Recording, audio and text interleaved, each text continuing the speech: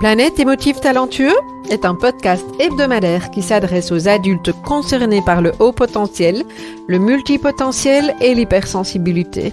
À tous ceux qui vivent avec le sentiment de décalage et qui se posent mille et une questions. Vous découvrirez des clés pour vivre pleinement votre singularité de façon authentique, par le biais d'entrevues avec des experts du haut potentiel et de l'hypersensibilité, des témoignages ainsi que des épisodes solo relatant de nombreux conseils dans le domaine.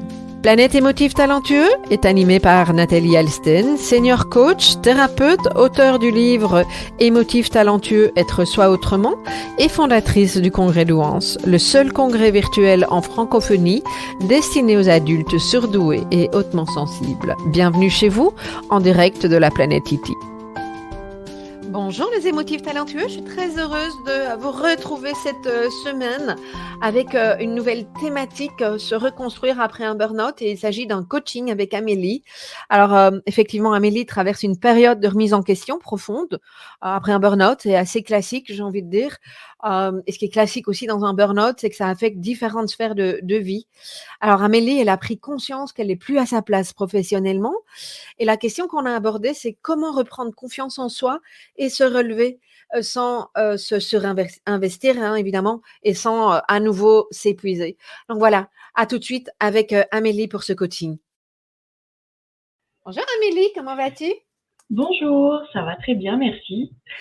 Merci pour ta confiance, parce que c'est pas forcément évident c'est une expérience, elle peut être sympa, mais voilà, graine de courage, hein, tu connais le modèle des 5 graines de courage que de venir exprimer ce qui t'appartient pour le moment dans ce groupe. Donc merci pour ta confiance et voilà, parce que c'est quelque chose que j'apprécie et dont je suis tout à fait certaine que notre public va apprécier également. Avant de rentrer entre guillemets dans le vif du sujet et te questionner sur ce qui t'amène à demander une séance, j'avais juste envie de te demander, est-ce que tu as besoin d'un temps pour te centrer, pour te poser, ou est-ce qu'on peut y aller directement? Donc je pense que ça va aller, je suis prête. Tu peux aller, tu es prête? OK, magnifique. Alors, ce que je te propose, c'est de m'expliquer en quelques mots. Je n'ai pas besoin de tous les détails, hein. J'ai besoin de comprendre ce que tu vis et quel est ton besoin pendant cette session. Donc en quelques mots, qu'est-ce que tu aimerais qu'on aborde, et quel est ton besoin et ton attente par rapport à ça? D'accord. Alors, aujourd'hui, la question principale à laquelle je voulais répondre, c'était comment je peux reprendre confiance en moi et ne pas me laisser enfermer dans la case fragile, entre guillemets, ou trop anxieuse.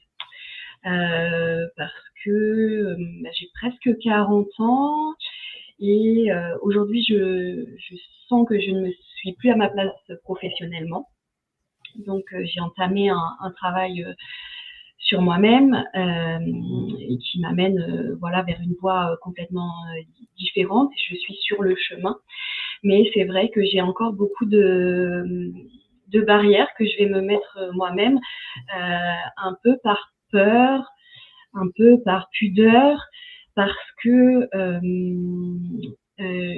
longtemps, je me suis... en fait, je me disais, bah, t'es trop stressée, t'es trop speed, t'es trop anxieuse, tu veux toujours tout faire en même temps. Et en fait, quand je ressentais des symptômes, le corps qui parle en fait par rapport au stress, dans les périodes de forte intensité, je mettais un mouchoir dessus, je les écoutais pas et je me cachais derrière le fait que je suis une personne anxieuse. Voilà. Et ce qui m'a amené évidemment à un burn-out professionnel et puis vivre tout ce qui en découle dans la vie personnelle. Donc voilà.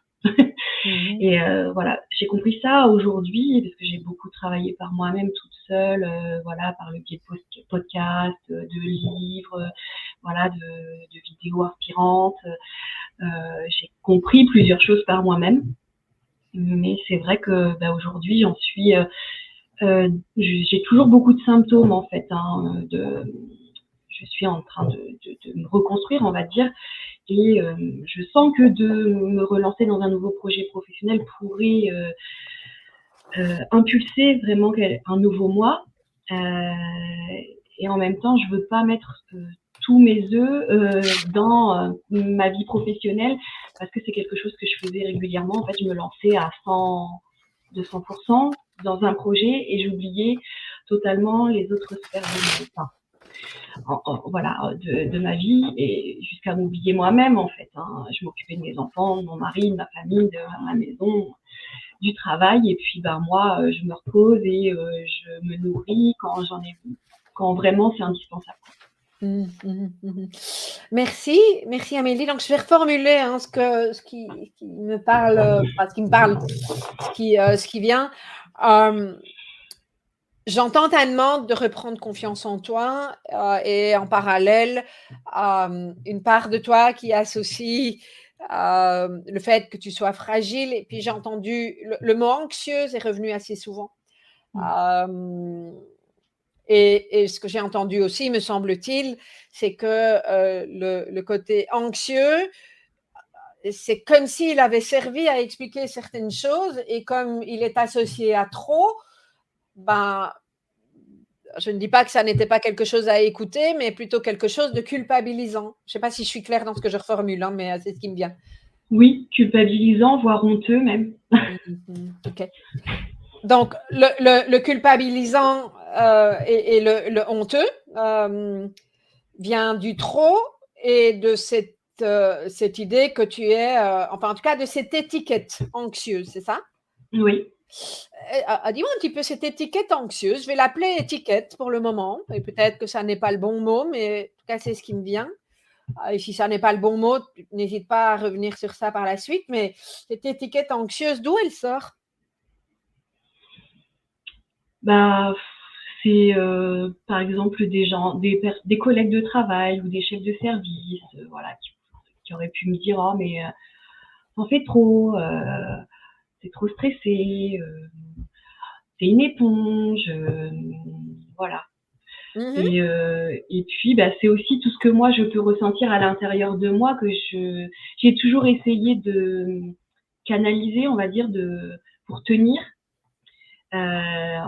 Et en fait, c'est vrai que ça m'aidait. Par exemple, je mettais en place la cohérence cardiaque, de la méditation, voilà, en allant au travail le matin, dans la voiture, sur les temps de pause de midi, et ça m'aidait à tenir dans ma journée. Mais au final, alors oui, c'est vrai, j'ai tenu, mais ça n'a pas réglé mon problème. Voilà, le burn-in, en fait, voilà, j'étais dans la phase de burn-in pendant longtemps et j'étais dans ce déni-là pendant très longtemps. Oh, j'entends. Juste ce qui me vient spontanément, c'est venu comme ça. C'est j'entends le trop, j'entends le côté éponge, l'intensité. Ça, c'est vraiment lié à la haute sensibilité. On se comprend bien. J'entends que tu as mis des mots aussi sur ce qui t'a amené dans le burn-out, dans cette façon de mettre en place certaines choses, mais manifestement pas de t'écouter suffisamment, entre autres parce que tu le dis, de la culpabilité, de la honte, et on va repasser par ça après. Mais je m'interroge sur le terme anxieux. Qu'est-ce qui fait qu'on t'a mis le terme anxieux ou que tu as pris le terme anxieux, tu vois? C'est qu'à un moment donné, je faisais des crises d'angoisse, des crises de panique. Voilà, j'ai même fait des malaises au travail. Donc, c'est pour ça que le médecin me disait, oui, c'est le stress, madame, vous êtes trop anxieuse, il faut vous reposer. Mais ok, mais on fait comment pour se reposer? C'est pas possible. Moi, je travaille, je suis maman, on vit à 100 à l'heure, donc voire à 200 à l'heure, donc j'avais pas le temps de me reposer. Donc, c'est un classique du burn-out, c'est pour ça qu'on glisse dedans, entre autres, pas que. C'est très multifactoriel, mais ok. Mais donc j'entends le côté anxieux. Est-ce que tu as l'impression d'avoir été anxieuse toute ta vie?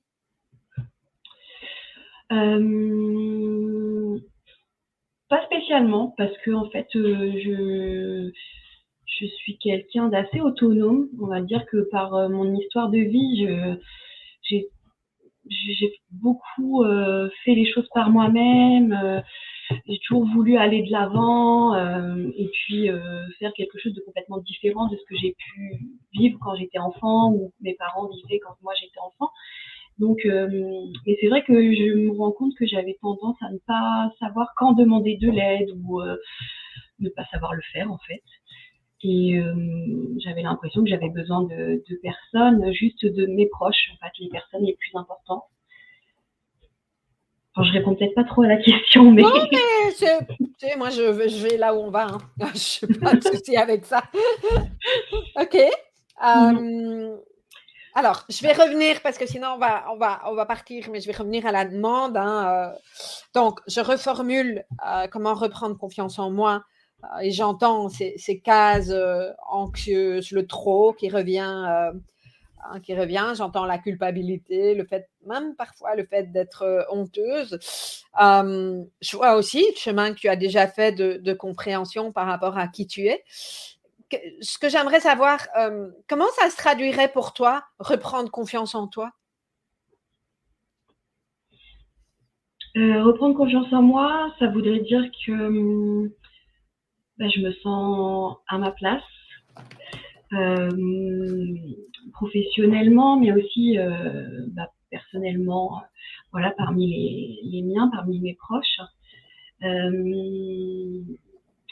Voilà, que je me sens épanouie, que j'ai réussi à retrouver de la joie et de la légèreté, surtout dans mon quotidien. Voilà. Et c'est surtout cette joie-là en fait qui m'anime aujourd'hui. J'ai envie de mettre vraiment beaucoup plus de joie et de légèreté dans mon quotidien. Je veux plus me stresser pour courir pour tout et que tout soit important, tout soit grave, tout soit impératif. Voilà. Et anxiogène.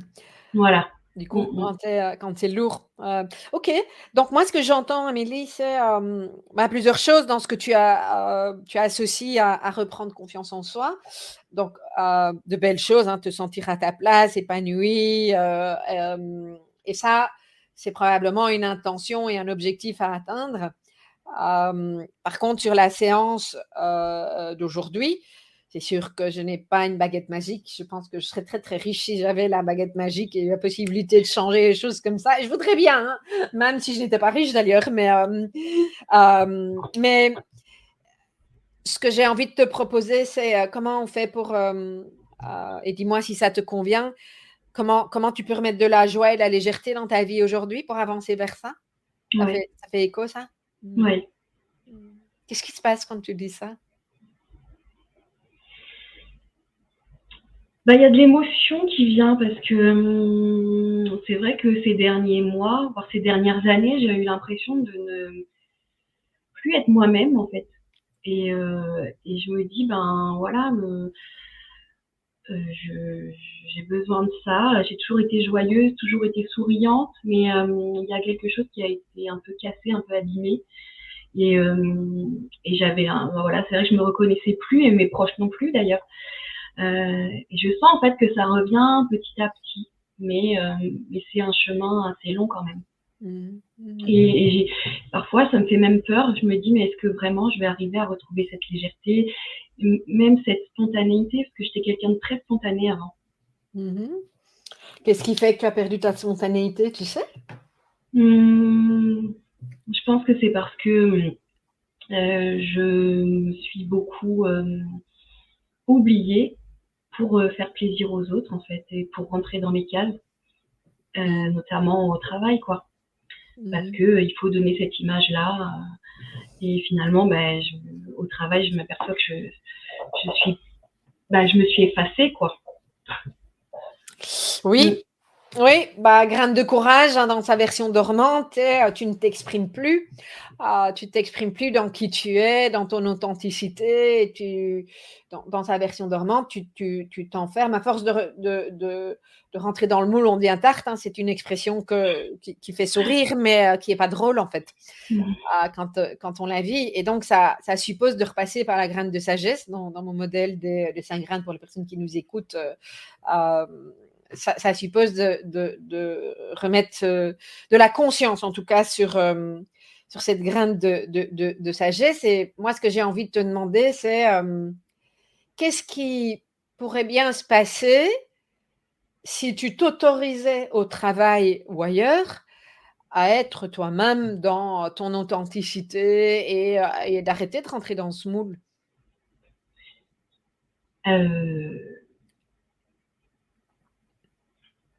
Bah, c'est le rejet, c'est dire, bah, oui, c'est ça, c'est le rejet, en fait. Mais au final, je me dis, ben, c'est peut-être un mal pour un bien, parce que si ça veut dire que je vais finir par m'entourer et attirer les personnes qui me ressemblent ou avec lesquelles je pourrais me sentir plus à ma place. Et Ouais. est-ce que c'est vraiment du rejet? Tu l'as testé? Est-ce qu'il y a des expériences de rejet que tu as vécues? Mmh. Bah, ça dépend de l'environnement. Voilà, parce qu'il y a eu j'ai eu des postes où vraiment j'étais très autonome sur mon poste et en même temps on était une équipe et en fait on se retrouvait, on se tirait toutes vers le haut. C'était vraiment très bienveillant et pourtant il y avait beaucoup de stress, une charge de travail assez intense. Et d'ailleurs je fais plus partie de ce travail-là, mais on est resté très copines avec mes collègues et mais voilà, oui, vraiment, ça dépend de l'environnement et des personnes qui nous entourent, 7 ou 8 heures par jour, quoi. On est bien d'accord. Mais donc, ce que j'entends, c'est que tu as vécu dans des environnements dans lesquels tu as pu t'autoriser à être toi et c'était très boostant. Oui. Mmh, mmh. D'accord. Et est-ce que c'était nécessairement des personnes, parce qu'on est dans une communauté de personnes concernées par le haut potentiel et la haute sensibilité, est-ce que c'était nécessairement des personnes qui étaient concernées dans ton équipe ou pas forcément? Sur les 5 personnes, il y en a 2, je pense elles sont concernées, oui. Et est-ce que tu penses qu'il y en a qui ne l'étaient pas ou tu ne sais pas? Il y en a qui ne l'étaient pas, je pense. Voilà. Mais donc, c'est intéressant parce que ce que j'entends, c'est que, et j'en profite en l'occurrence pour les personnes qui nous écoutent, c'est de montrer que ça n'est pas nécessairement un environnement au potentiel ou hypersensible qui est nécessaire, mais il y a un écosystème qui fait qu'il y a un équilibre. Et c'est ça qui est intéressant également. OK. Et quand tu parles, alors, quand tu es rejeté, ça se passe comment? Bah, je sais pas trop comment l'exprimer. En fait, c'est plus du ressenti. C'est jamais très frontal. OK. Voilà. Et au final, c'est quelque chose que je vais ressentir et que je vais prendre, voilà, mais sans vraiment pouvoir l'expliquer. Je ressens que la personne met des barrières ou lève les yeux au ciel. Ou, enfin, c'est très. Ou ça peut être aussi dans son expression, dans son visage, dans ses yeux. Et, euh, et puis voilà, parfois je peux faire abstraction, mais quand on est là toute la journée avec les mêmes personnes, c'est compliqué parce que moi je prends ça de plein fouet en fait. Ouais. Et j'arrive pas à me sortir de là. J'ai beau me dire, bon allez, euh, voilà, c'est juste la collègue, c'est juste le travail. Au bout d'un moment, ça prend toute la place. D'accord, j'entends bien et je comprends tout à fait ça, hein, que ça prenne beaucoup d'espace. Puis tu me parles aussi de ton ressenti. C'est juste que je pense intéressant au niveau de la clarification avant de repartir sur la légèreté, de voir est-ce que ton ressenti est le fait de, tu sais, parfois, bah, on n'accroche pas, enfin, je te parle de mon expérience, mais moi, j'ai même l'impression d'adopter, et je me vois adopter des stratégies, même parfois de clown, de tout ce que tu veux, parce que je fais très bonne là-dedans pour créer du lien, et ça ne marche pas. Mm. Ça, j'ai l'impression que ça glisse devant moi, tu vois, ce qui n'est pas agréable. Et puis, il y a des fois, effectivement, où tu peux te sentir rejeté, repoussé. Tu fais la différence entre les deux dans les expériences que tu as vécues? Oui. Et là, pour le coup, je dirais que, en fait, je pense que je me suis suradaptée aux personnes avec qui je travaille parce que, en fait, en fonction de l'humeur du jour, on va dire, et ben, j'ai essayé d'adapter ma façon de m'exprimer par rapport à elle. ou ma façon d'être, ou d'organiser le travail, voilà. Mais c'est vrai qu'à un moment donné, j'arrivais même plus à le faire, ça, parce que j'avais l'impression que ça me pompait toute mon énergie vitale, Ah, mais quoi. c'est épuisant, c'est épuisant. Mmh, Déjà, de tenir un rôle est épuisant. voilà, de tout sans cesse marcher un peu sur des œufs et puis s'adapter, quoi. Voilà. OK, d'accord. Hem, donc c'est intéressant, hein, cette prise de conscience que alors effectivement, il y a l'environnement, hem, qui n'aide pas forcément, d'accord? Mais ce que j'entends aussi, c'est qu'au sein de ton travail, il y a pu avoir des expériences qui étaient en fonction de l'environnement et du job, il y a pu avoir des expériences plus légères que d'autres, OK? Tout à fait, ouais, ouais. Et ce qui me semble comprendre aussi, c'est que ça n'est pas nécessairement la quantité de travail et même voir le stress généré par le travail qui a une incidence, mais plutôt le fait que tu doives ou que tu aies l'impression que c'est important que tu t'adaptes pour pouvoir rester en lien? J'ai posé Heu, probablement une question, mais oui, dis non, alors effectivement, c'est-à-dire que quand il y avait plus d'équilibre, dans mon précédent poste, comme il y avait vraiment une charge du travail importante, en plus un côté financier, politique à prendre en compte sur des projets pour une collectivité. Et donc, mais en fait, cet équilibre-là, je l'avais parce qu'il y avait des moments de décompression avec les collègues, il y avait des moments où ben, il fallait donner un petit coup de collier et c'était pas un souci. Et souvent, la charge de travail était assez intense. C'était rare que la charge de travail ne le soit pas. Mais il y avait un équilibre et dans ma vie privée et dans ma vie pro. Alors que là, la dernière expérience, c'est ça, c'est que je pense que c'était complètement déséquilibré et que je ne trouvais plus du tout de sens ou rien ne me nourrissait, en fait, ne me permettait de faire abstraction de tout ça finalement. Il fallait que je tienne, quoi, c'est tout. oui, c'est ça, parce que la question du sens, elle est primordiale dans un burn-out.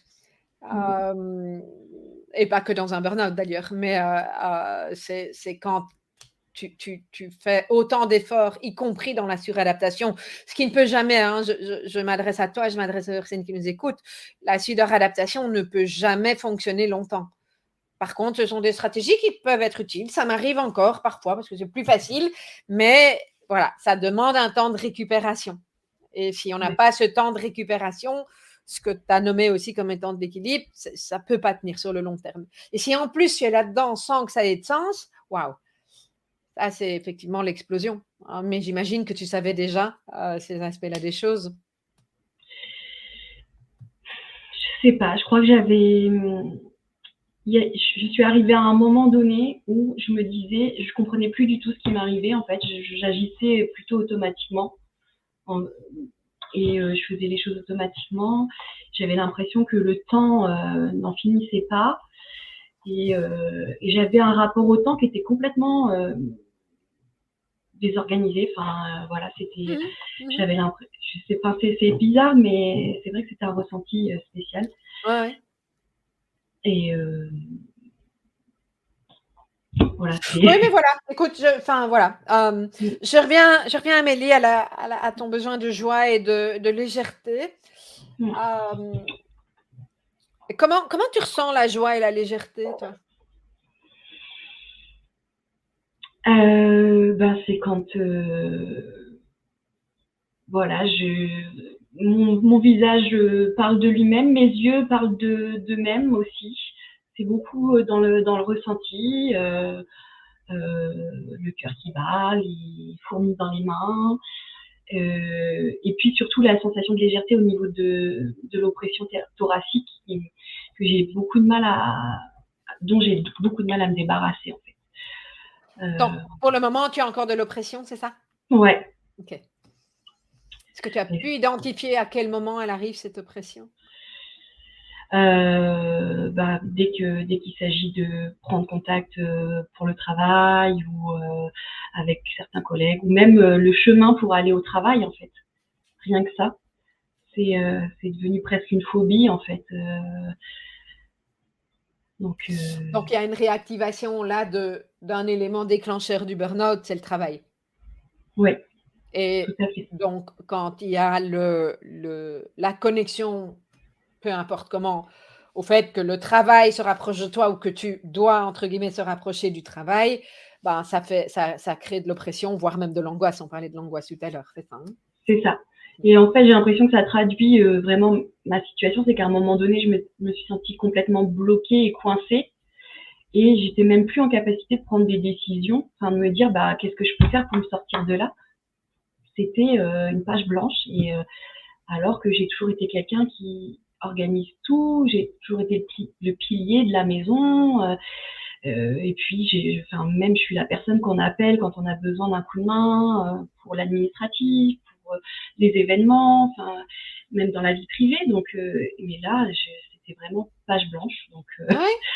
Bah, il y a probablement un rééquilibre à trouver, hein. Tu parlais tout à l'heure d'équilibre, ou en tout cas de remettre de la conscience dans ce qui est ton équilibre à toi, et de remettre de la conscience sur ce qui fait sens pour toi et ça prend du temps. Burn-out, c'est pas un truc chouk comme ça. On a J'aime bien utiliser, une métaphore par rapport à ça. Il est arrivé à un moment donné, c'est comme si, tu es dans une piscine, il y a de moins en moins d'eau. Mais tu t'en rends pas compte parce que tu continues à nager dans le truc. Sauf qu'à un moment donné, tu as la pompe ou tu ne veux pas t'en rendre compte. C'est plutôt ça, hein, et j'en ai fait un, donc il y a vraiment pas d'intention de culpabilisation ou quoi que ce soit. On se rend pas compte quand on est là-dedans. Et puis à un moment donné, ben, la pompe, elle se désamorce parce que le niveau d'eau n'est plus là et que ben, une pompe sans eau, elle peut pas fonctionner, quoi. Le risque, enfin d'abord, ça demande de réalimenter en eau, donc c'est le parallèle avec l'énergie, hein, et toute la question de la santé, et cetera, et ça prend le temps qu'il faut. Un petit peu comme si on attendait que la piscine soit remplie par l'eau de pluie, bah, on ne sait pas quand il va pleuvoir, OK, ouais. voilà, pas vraiment le contrôle là-dessus et puis la pompe, à un moment donné, elle va être réactivée parce qu'il y a de l'eau qui revient, mais le grand risque, c'est que quand on va reprendre encore on commence à se sentir mieux et on veut repartir dans le truc, hein, hop, de nouveau, bah, ça reconsomme de l'eau et le risque, c'est que la pompe se redésamorce, tu vois? Donc, enfin, moi, c'est une image que j'aime bien utiliser. Je sais pas jusqu'où elle te parle, hein, Mais mais tout à fait, parce que j'en suis là vraiment dans la gestion de l'énergie. C'est quelque chose qui me reste. Alors je sens que ça remonte vraiment beaucoup, mais par rapport à ce que j'ai connu les mois précédents, mais ça reste assez fragile et mon corps me parle assez intensément quand j'en fais un peu trop, quoi. Mais oui. Alors le corps, le corps sait tout. Le corps, il est bien fait, même si notre tête, elle voudrait bien l'envoyer bouler. Elle va dire: «Ouais, mais avant, je savais faire». Hem, mais avant, je sais pas ce que tu m'as dit, mais c'est souvent ce que j'entends, donc je sais pas jusqu'où ça te parle, mais ce que je trouve intéressant, c'est dans ce processus de transformation à travers le burn-out, c'est que le avant, c'était avant.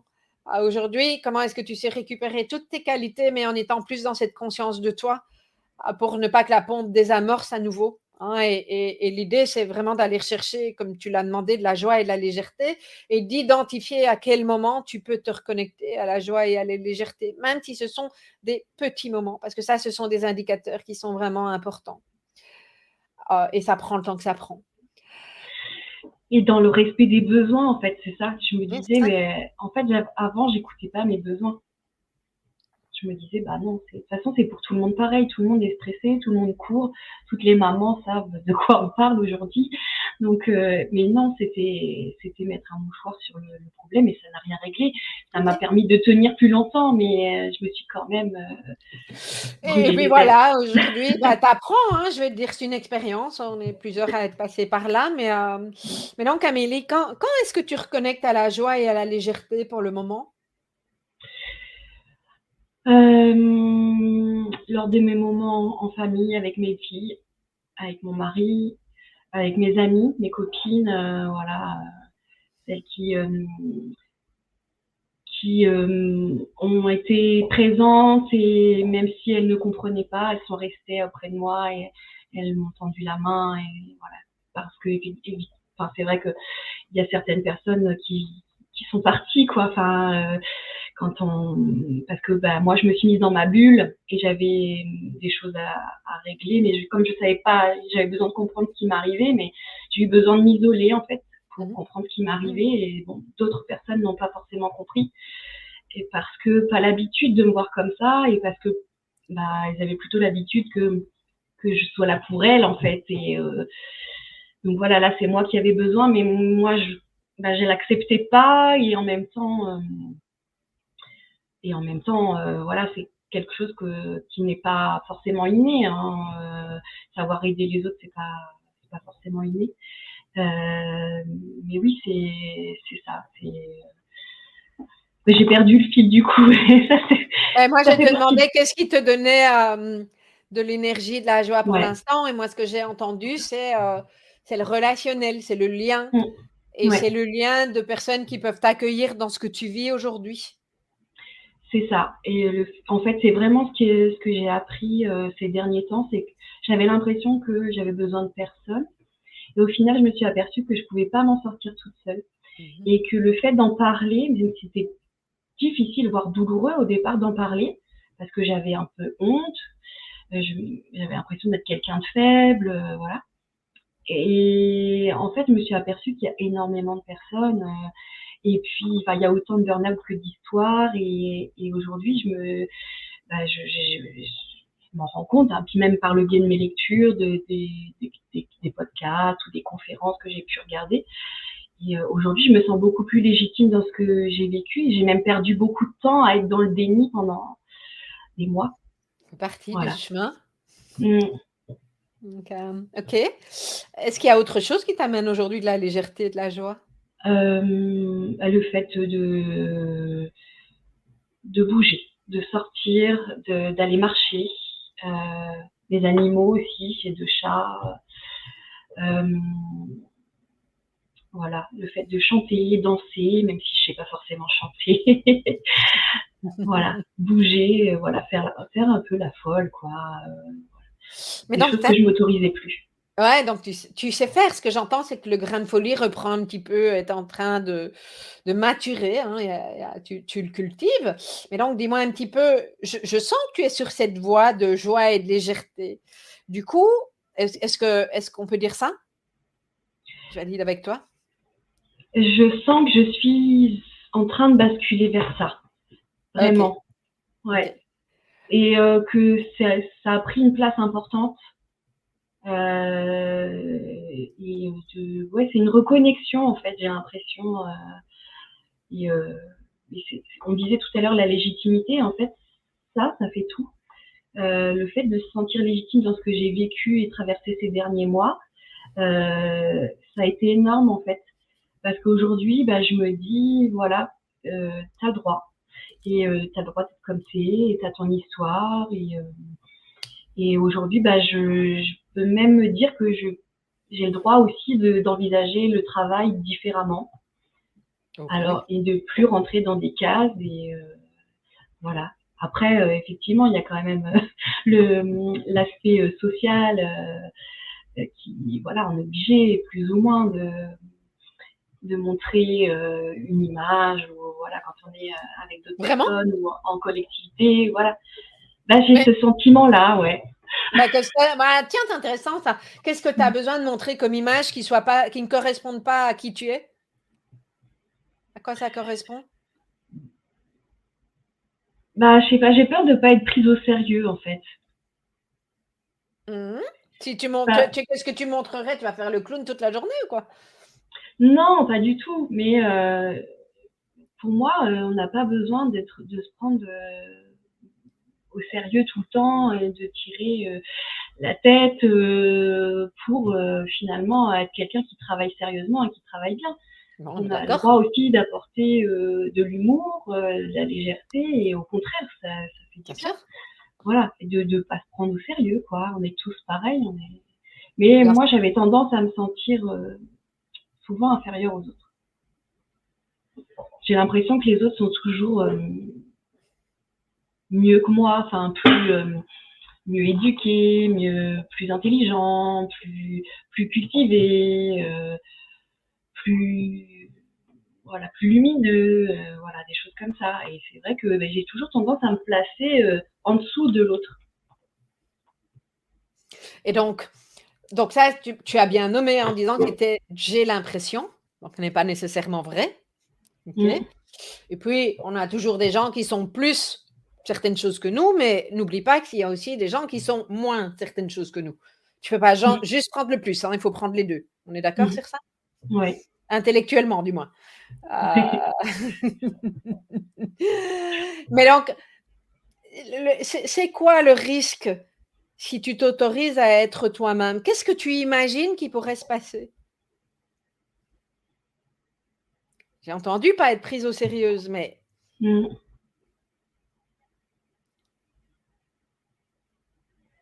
Bah, au final, ouais, je sais pas, il n'y a rien de vraiment concret. Hein. C'est si on y réfléchit bien, il n'y a pas vraiment de risque. en tout cas, je pense que ça vaut Ça la plaît peine ou ça plaît d'essayer. pas, quoi. Oui, Ouais. voilà. Parce que est-ce que tu t'es autorisé à certains moments, dans des moments précis, à être là-dedans, à être toi-même? Est-ce que tu as pu être toi-même, entre autres, dans Eh la ben, collectivité? je Ouais. le fais plus maintenant. Ok. Avant, je me mettais des barrières toute seule. Je me disais, mais non, mais là, ça, tu peux pas faire ça, c'est pas possible. Ça se fait pas. Et aujourd'hui, et en fait, avec le travail que j'ai fait sur moi, aujourd'hui, je m'aperçois que maintenant, même si je rencontre quelqu'un de nouveau, ou je vais plus facilement oser certaines choses que avant, je me serais mordu la langue et je me serais mise en retrait. Et finalement, ben, je m'aperçois que bien souvent, ça ouvre aussi une porte avec l'autre. Donc, oui. Voilà. C'est intéressant. Tu sais, quand je parle du grain de folie, pour moi, un des éléments, en tout cas, je me rends compte qu'à travers ma carrière, parce que je n'ai pas toujours travaillé en direct comme ça maintenant, j'ai été formatrice en entreprise, par exemple. Et c'est probablement là où j'ai pu se remarquer que les moments où j'ai le plus impacté, c'est les moments où j'étais dans mon grain de folie. En, en m'acceptant moi-même, en faisant des trucs, une connerie, hein, mais tu sais que moi j'ai un problème de surdité, un problème d'ouïe, je porte des appareils auditifs. Donc moi, quand j'arrive dans un endroit où je dois donner une formation, enfin je n'en donne plus, mais à l'époque, une des premières choses que je dis, c'est voilà, je porte des appareils auditifs. La bonne nouvelle, c'est qu'avec les appareils, je vous entends. La mauvaise, c'est que si je ne vous regarde pas, mais en même temps, ça peut être très drôle, je ne sais pas qui me parle. Et donc, en fait, je leur dis, je sais que ça fait très scolaire, mais faites-moi signe parce que sinon, je vais chercher pendant un moment qui m'a parlé et je ne saurais pas ce qu'on m'a posé comme question. Ou je dis régulièrement, je sais que tu me parles, mais j'ai zéro idée de ce que tu me racontes parce que tu as la main en face de la bouche. Enfin, bref. Okay. J'ai un problème d'ouïe, je ne sais pas me l'enlever, il est là. Je veux dire, même si j'ai des appareils auditifs et je sais augmenter, je veux dire, ça demande quand même une adaptation avec l'autre. Et donc, dans mon expérience, une communication adaptée. Mais je le fais avec humour parce que je trouve ça plus facile. Et en fait, je n'ai jamais vécu, à aucun moment, oui, de temps en temps, tu as les gens qui commencent à faire les blagues en mimant, mais enfin voilà, tu vois. Au contraire, je me suis rendu compte combien ça pouvait créer du lien avec les gens. C'est le seul moment, j'aurais toujours dit, où tout le monde m'écoutait. Après, tu en as toujours un qui parle, machin, etc. Alors, il y a ça, mais il y a des tas d'autres choses, tu vois. Et je me rends compte combien parfois, justement, on peut créer la différence avec notre grain de folie, avec notre atypisme, avec qui on est, pour peu qu'on soit effectivement en relation et en lien avec l'autre, qui lui a peut-être besoin aussi d'exprimer son propre grain de folie et qui a aussi besoin d'être accepté dans qui il est, évidemment. Qu'est-ce que ça fait? J'ai repris une posture plus de... Ce qui me vient là, c'est que effectivement, moi, longtemps, j'ai eu besoin de passer inaperçu. J'avais besoin de me faire petite, j'avais besoin qu'on ne me remarque pas, voilà. Et en fait, c'est quelque chose qui a évolué, voilà, au fur et à mesure que j'ai grandi. Mais longtemps, c'est arrivé, et je pense que c'est quelque chose qui, encore, j'ai beaucoup de mal, en fait. J'ai pas besoin de ça, en fait. J'ai pas besoin de me montrer, voilà, je sais que j'ai des personnes, enfin, des collègues qui que je connais, qui ont besoin de se montrer, mais dans tout, dans leur apparence, dans leur façon d'être, dans leur façon de s'exprimer, dans leur relationnel aussi avec l'autre, quelle que soit la personne. Alors que moi, je vais beaucoup m'adapter en fonction de la personne avec qui je vais me trouver. Voilà. Quel est l'intérêt de ça, en fait? Je me mets en fait je pense que je me mets à la hauteur de la personne avec qui je communique. Et après, par rapport au fait de se cacher, ouais, c'est ça. Je sais pas. Je me suis toujours fait toute petite. J'ai toujours eu besoin de passer inaperçue. Voilà. Mais Si on pouvait éviter de me voir, si la prof pouvait éviter de m'interroger ou voilà. Oui, mais on va revenir à la honte et à la culpabilité parce que je le dis là depuis tout à l'heure. Il y a beaucoup de choses, hein, donc j'essaye en peu de temps de revenir et c'est OK. Tu repartiras avec des éléments que tu retravailleras où tu peux les retravailler. Mais ce que je trouve chouette et intéressant en même temps, c'est quand tu émets l'intention d'être dans une posture, tu ne l'as pas dit comme ça, mais d'égal à égal avec l'autre. Oui. Et j'entends presque une allergie à ce que moi j'appelle des postures narcissiques. Et je comprends bien.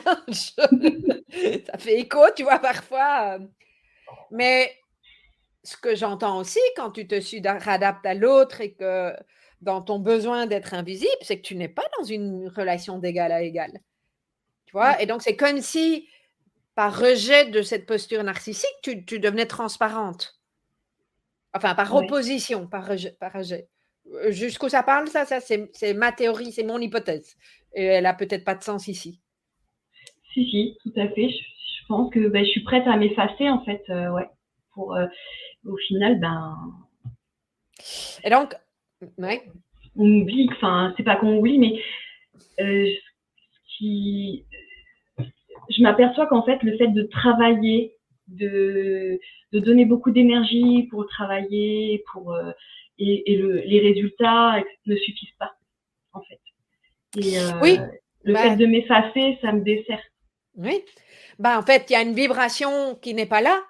C'est tout ce que tu as à l'intérieur, tout ce que tu pourrais montrer, tout ce que tu pourrais amener au monde, peu importe où, hein, dans l'entreprise, à tes amis, etc., puisque tu mets le couvercle dessus. J'ai l'impression qu'il y a une part de toi qui veut s'éloigner du narcissisme, et j'entends bien, mais qui n'est pas encore très alignée entre je formule une hypothèse là, mais une hypothèse avec une question. Comment est-ce que tu peux garder ton humilité sans t'effacer? Oui, ça me parle, ça. Ouais, la simplicité, l'humilité, la légèreté, l'humanité.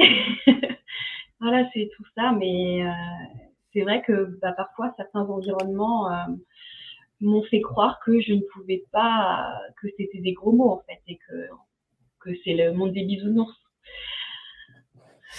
Écoute, alors je dépose et on n'a pas besoin d'aller là-dedans parce que je vais revenir à la culpabilité, la honte et puis à la légèreté, mais parce que c'était ça la demande, mais dans mon expérience et intuitivement, ce qui me vient, c'est probablement aller retravailler dans les espaces adéquats ce lien à des situations dans lesquelles tu as pu être confronté au narcissisme. À voir. On pourra en parler en off, mais parce qu'il y a vraiment quelque chose. Et tu m'as dit que ça te parlait, mais à creuser, hein, comment je répète parce que pour moi, il y a un levier là. Comment je peux garder mon humilité sans m'effacer. Et en fait, tu l'as nommé dans comment reprendre confiance en moi. Tu l'as dit dès le début, hein, me sentir à ma place. Et donc, moi, j'aurais plutôt envie de te suggérer comment tu peux occuper ta place. Et donc, te sentir à ta place sans pour autant être dans des stratégies narcissiques. Une fois de plus, c'est moi qui ai amené le narcissisme, mais tu m'as dit que ça te parlait. Donc, sans pour autant être dans des stratégies narcissiques et même dans des stratégies, point. Je veux dire, c'est Oui. juste être toi, mais dans qui tu es et dans l'authenticité et même dans ton grain de folie. Après, oui, en société, il y a des endroits où je ne ferai pas ce que je fais à d'autres endroits parce que bon, peut-être qu'on s'en fiche, mais me faire passer pour une barge, tu vois, et encore, bon, voilà. Oui, il y a des endroits où je sens que non, c'est pas la peine de lâcher telle ou telle blague parce que ça va pas passer, tu vois.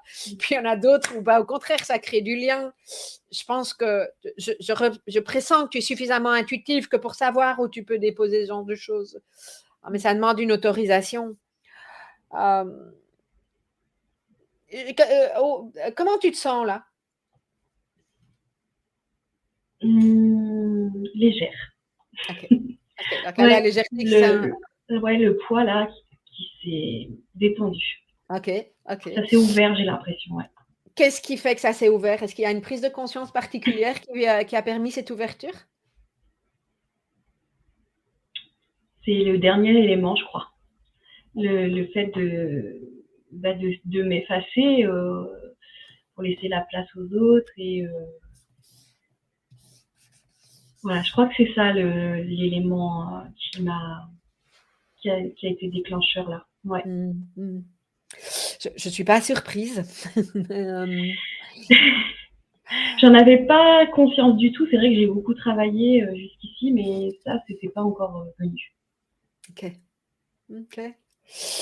Ben donc, j'ai l'impression, puisque tu parles de légèreté, ben, que là, il y a un pas qui peut s'enclencher, un travail à continuer. J'aimerais encore apporter un petit éclairage sur la culpabilisation et la honte, mais en dehors de cet éclairage, est-ce que pour toi, on a atteint l'objectif de la séance ou est-ce que tu aurais encore besoin de pistes pour pouvoir avancer vers de la légèreté et de la joie?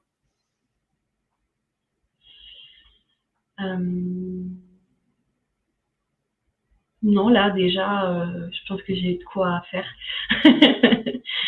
Et je pense que je vais avoir besoin d'un petit temps de digestion pour Oui. recouper aussi avec tout le travail que j'ai fait jusqu'ici et ça va se mettre en place. Oui. Ben déjà, mettre de la conscience sur les moments où effectivement tu t'effaces par rapport à une croyance ou à ce qu'on vient d'aborder. Déjà, mettre de la Oui, conscience là-dessus, c'est oui. déjà te donner la possibilité de transformer les choses. Euh, et moi, j'ai entendu qu'on a parlé quand même pas mal, tu as amené la honte. Je Mm. voulais nommer ça. Est-ce que tu fais la différence entre la culpabilité et la honte? Est-ce que c'est très clair pour toi ou bof? Bah, la culpabilité, pour moi, c'était surtout vis-à-vis de mes proches, parce que j'avais l'impression que je devais toujours être très forte, toujours être très solide pour elles, enfin pour mes filles hein, notamment. Et en fait, ouais, j'ai éprouvé beaucoup de culpabilité à un moment donné de ne pas pouvoir être la maman que j'avais envie d'être pour elles. Et voilà. Après, pour la honte, ben en fait, je trouve que c'est assez humiliant de vivre des périodes comme ça, parce que c'est le regard des autres hein, qui est compliqué parce que tout le monde traverse des phases douloureuses dans sa vie et surtout quand on les enchaîne, c'est compliqué, c'est dur à gérer entre guillemets. Il y a des choses sur lesquelles on peut agir et puis il y a d'autres choses où on se dit ben là je peux rien faire, il faut que je laisse passer le temps.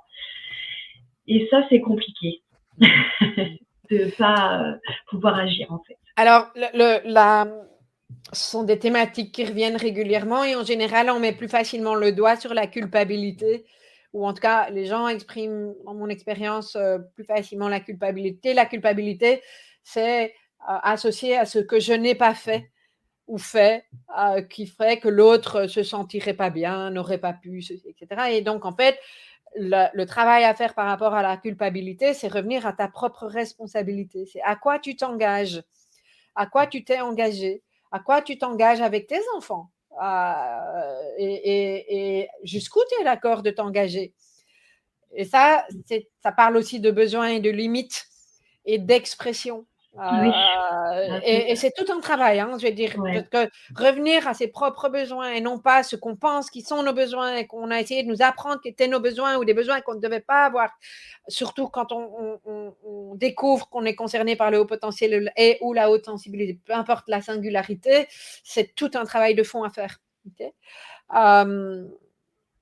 La culpabilité, c'est ça. Revenir à ta responsabilité te permet de sortir de ta culpabilité.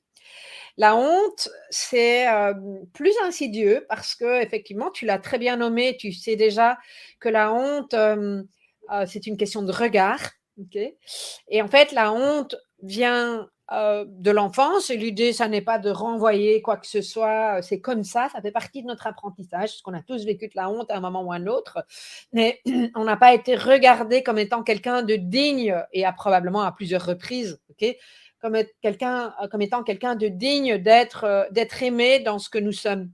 Donc, je fais l'hypothèse que, entre autres, ton grain de folie n'est pas toujours assumé dans des endroits où il n'y a pas suffisamment de sécurité, parce que tu as peut-être entendu un message étant enfant que non, non, c'est pas bien, il faut être comme ça, et que on a plutôt eu tendance, je ne sais pas qui est et je n'ai pas besoin de savoir, mais il se pourrait, je fais cette hypothèse, que dans ton éducation, il n'y ait pas eu énormément de place pour ça, et en tout cas pas pour l'extérieur. Je ne sais pas si ça parle, ça.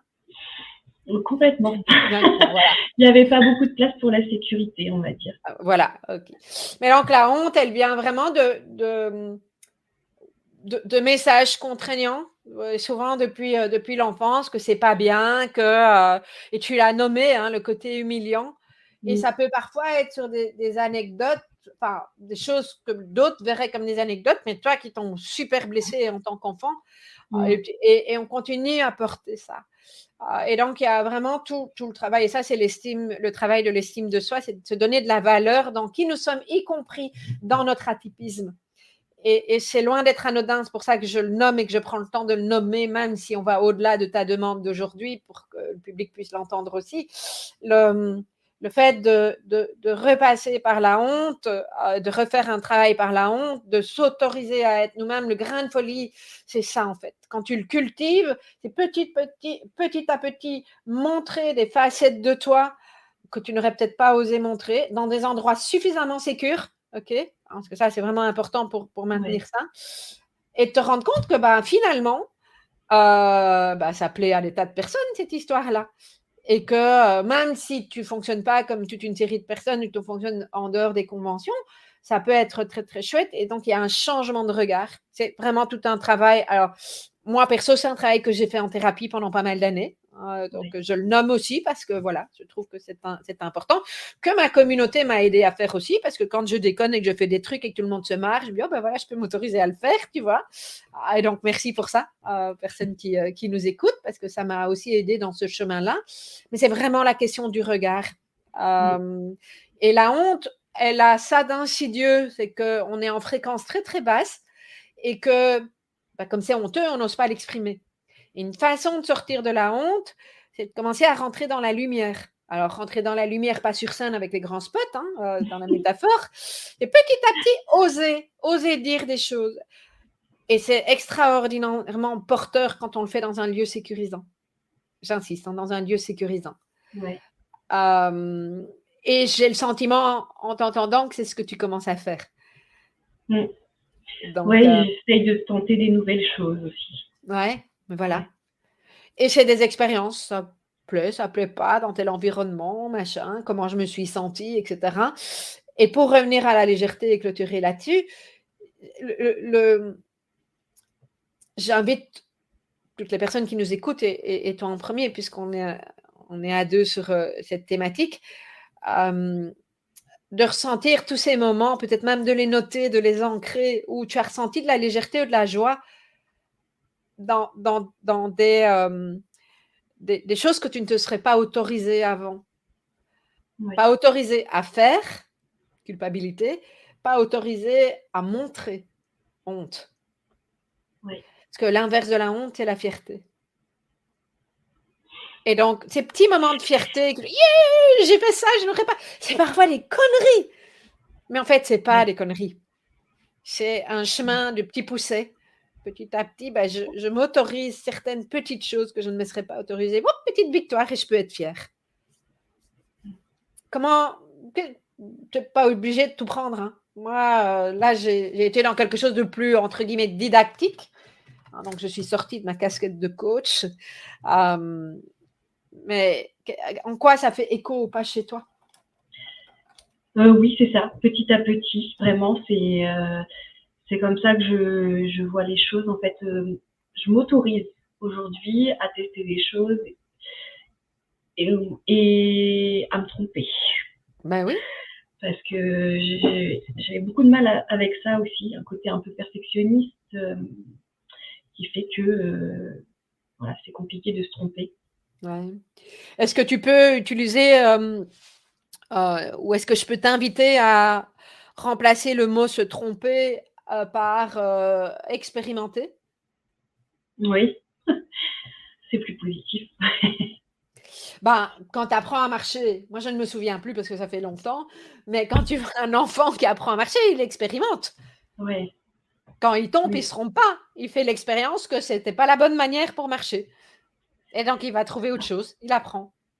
C'est ça. Et alors, mon rôle de maman m'aide beaucoup là-dedans parce qu'en fait, tout ce que j'essaie d'apporter à mes enfants pour qu'ils n'aient pas tout à fait les mêmes problématiques que moi, me donne aussi beaucoup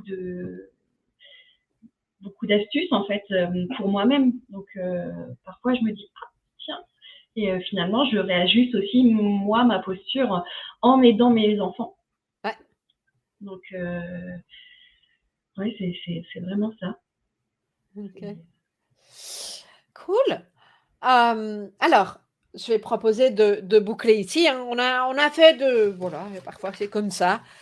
Je ne fais pas toujours straight to the point. Ici, on a navigué. On est allé chercher toute une série de choses.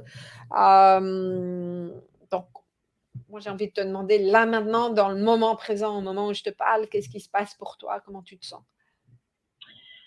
Il y a de l'énergie. Je sens une énergie dans mon ventre, là. Et un bien-être, en fait, parce que je me dis que il y a tout un chemin qui a été fait et je suis en train d'avancer vraiment et je crois que notre entretien confirme que tout ce que j'ai fait fonctionne. Et puis, il y a encore du travail, mais je suis sur le bon chemin là et je suis pas si fragile. Au contraire. Oh que non, oh que non. J'ai le sentiment qu'il y a une part de toi qui est rassurée, en tout cas. Oui, il y a comme un soulagement, hein, vraiment. Ok. Merci pour ta confiance. Merci. À bientôt. À bientôt. Au revoir tout le monde. Dans cette interview, on a parlé de développement du potentiel et si vous souhaitez découvrir mon approche à travers le cycle des 5 graines et tester où vous en êtes ainsi que de recevoir des pistes, eh bien, il vous suffit de vous connecter à www.emotifs, donc au pluriel, talentueux.com/graines au pluriel également. C'est gratuit et vous recevrez vos résultats personnalisés. À bientôt!